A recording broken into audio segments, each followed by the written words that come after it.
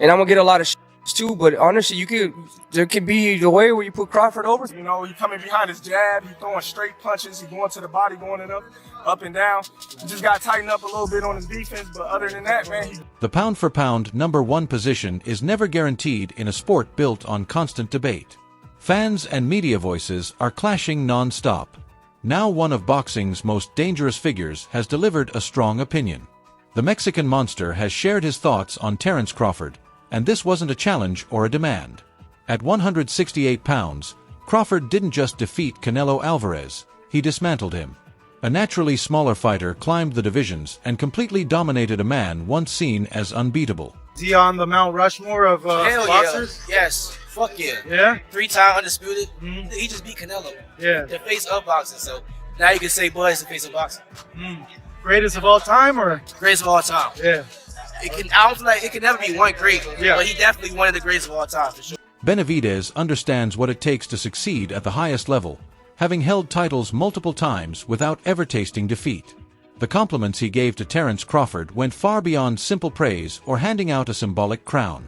A fighter known for supreme confidence achieved something rare in a sport fueled by ego and public callouts. He didn't merely show respect for Crawford. He instantly placed him among boxing's Mount Rushmore.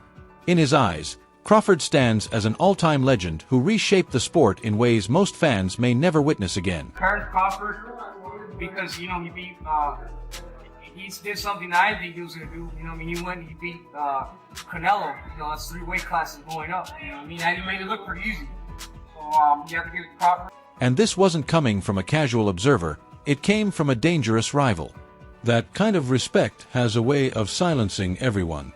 After watching Crawford climb divisions and capture every belt, Benavidez gave him his respect.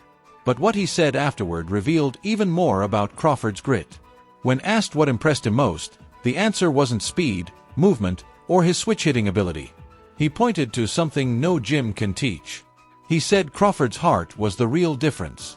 Benavidez couldn't believe that even with a clear lead, Crawford chose to trade shots late against a heavier puncher like Canelo instead of playing it safe. What impressed me the most was Crawford's ability to stay focused in the fight, and not only just to stay focused and box, but he also got rugged in there. He started balling with him towards the late rounds.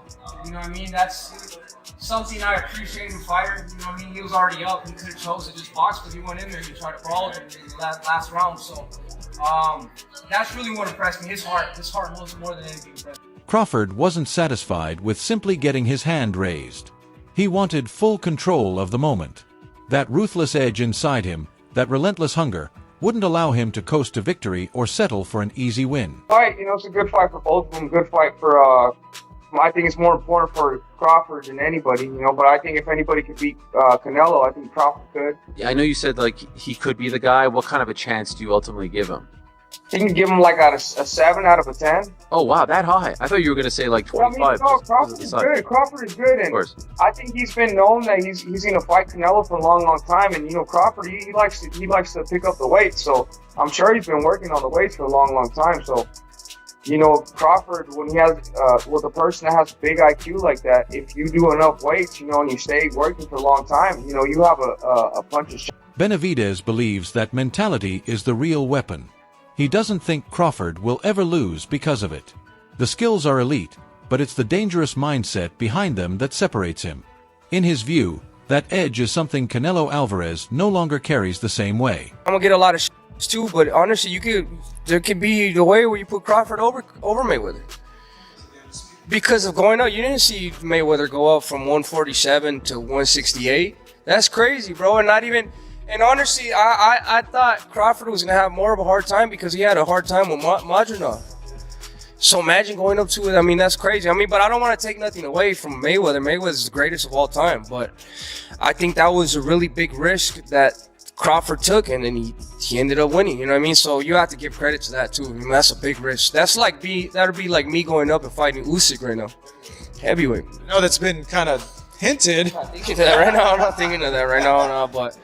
That's kind of like how that'd be, So you have to, bro. That's a lot of. He has a lot of balls to do that, and not only to go do that to show the world that he's really like that.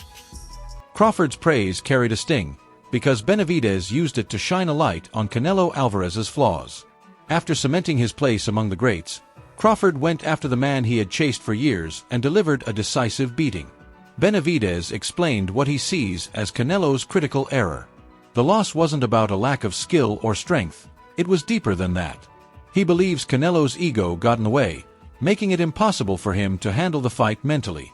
This wasn't just a simple defeat, it was a lesson for everyone watching. Benavidez didn't hold back, calling out Canelo for disrespecting both his opponent and the sport.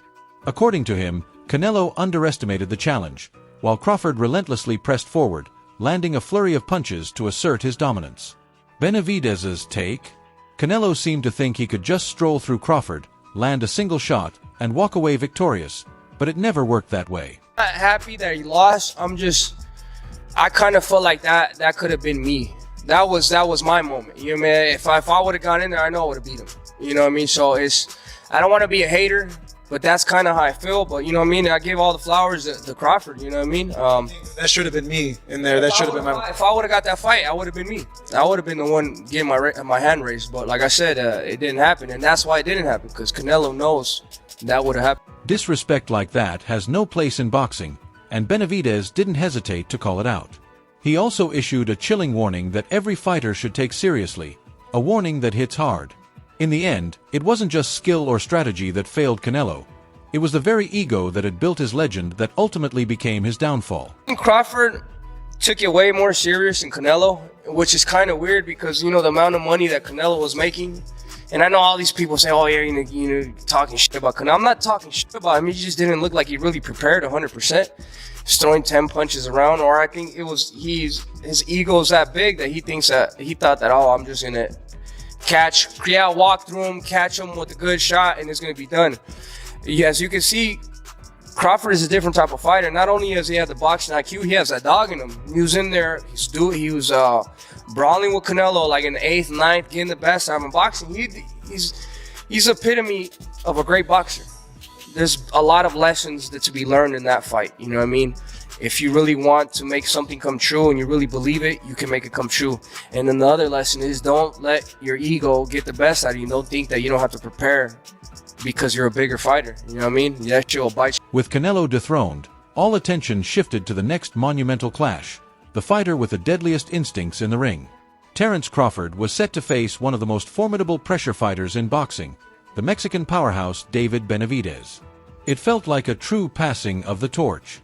The new king was about to meet the crownless contender, a showdown for the very soul of the 168-pound division. Anticipation skyrocketed from the start. This was the fight everyone wanted to see. But when the question finally came to Benavidez, the world was stunned. He didn't just decline, he completely dismissed the idea. He stated outright that he had no desire to face Terence Crawford. Even more shocking was the reason behind it. His declaration echoed globally. He's all in at 168 pounds, but Crawford is off the table. And he made it clear he wouldn't even consider it for a massive payday against Canelo. Profit was not a factor. This decision was about much more than money. Could you still make 168? Is that a possibility? Honestly, bro, my plan is after this fight, I want to go down to 154. No, bro, I'm done with cruiserweight. You know, I want to take this opportunity, though. Yes, I say cruiserweight.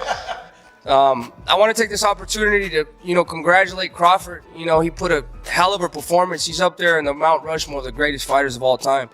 And, you know, let Crawford do his thing, bro. You know, at the end of the day, I have no interest in fighting Crawford. I have no interest in going down to 168.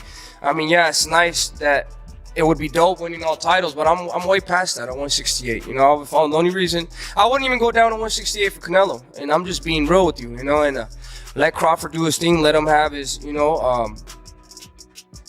him. I want to give his flowers, man, because he's a great fighter, man. There's no other fighter that's coming up from 147 to beat a type of fighter like Canelo at 168. You know, and Crawford, you know, he's one of the greatest of all time. So, you know, I have no interest in going down to 168. I'm not saying that I'm scared of Crawford or whatever, you know, but Crawford's a man at 168. That's his weight class. I'm done with it. In a blunt, almost dismissive move, Benavidez shut down what could have been boxing's biggest showdown.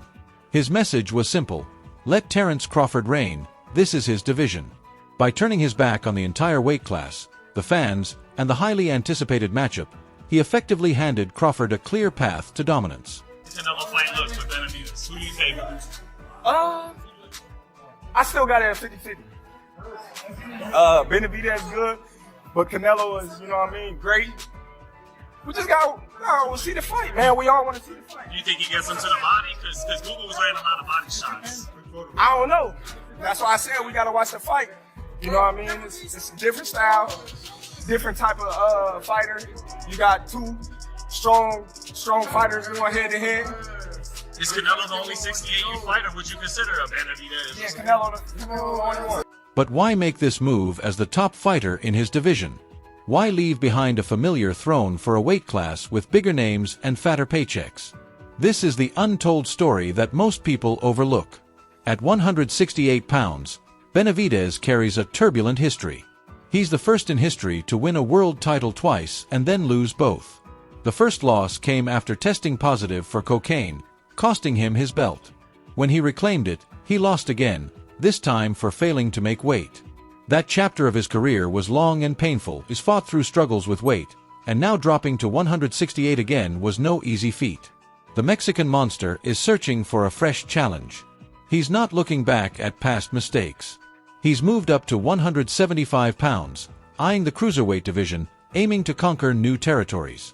His goal is clear: dominate a new weight class and take on the toughest light heavyweight contenders, including big names like Dimitri Bivol and even Jermall Charlo. For the opportunity to fight, we've been in talks of fighting Sugar Ramirez for his belts at cruiserweight. So we're already in talks of that, you know, and then that's definitely a fight that has to happen because I used to spar him when I was 18 years old. All the way, you know, I sparred him a lot, so I know that's a pay-per-view fight. So it was a pay-per-view sparring session, so the fights would be, you know, way better. But yeah, definitely, that's in my sights. You know, I definitely want to go to cruiserweight. And I want to be a reigning defending champion at light heavyweight, and then make my way up to cruiserweight. He's essentially handing Crawford the 168-pound crown, all while showing genuine respect and making it clear he has no intention of stepping into the ring with him. I put 5, that's right. That's cheating. I love it. That is cheating. That's a heel turn. You both. I love it. That's a heel turn. You got 5. Now here's the thing. Here's the thing. Roy at his peak. Just remember this. If Roy would have retired after the Ruiz fight, he would have replaced Sugar Ray Robinson as the greatest fighter of all time. I agree. Right? I But agree. he didn't, and the rest of that stuff is in there, right? So I get it. But Roy at his peak, I think, had a higher peak than anyone on this list. I agree. Okay, Manny Pacquiao, we've all said it a million times. I think he is, outside of Sugar Ray Robinson, I have Manny Pacquiao's second greatest pound-for-pound fighter ever. Floyd Mayweather never lost. And did he cherry pick when and where? Yes. But guys, from 130, 135, he cleaned out 135. He beat the best guy at 130, beat the best guy at 135. Yes, did he pick and choose at 140, 47, and 54? Yeah, but he won all those fights. That's right. And he beat a lot of good fighters. You know. And more than that, put Floyd at his best in with anyone through history. You do not know who. It leaves the entire sport with a lingering question. Did Canelo's massive ego cost him his titles and deny fans the showdown they craved, or is Benavidez simply avoiding the fighter he just placed on boxing's Mount Rushmore? That wraps up today's video. Make sure to hit the bell, subscribe, and drop a like if you enjoyed it so you never miss future uploads. Don't forget to share your thoughts in the comments. We'll catch you in the next one.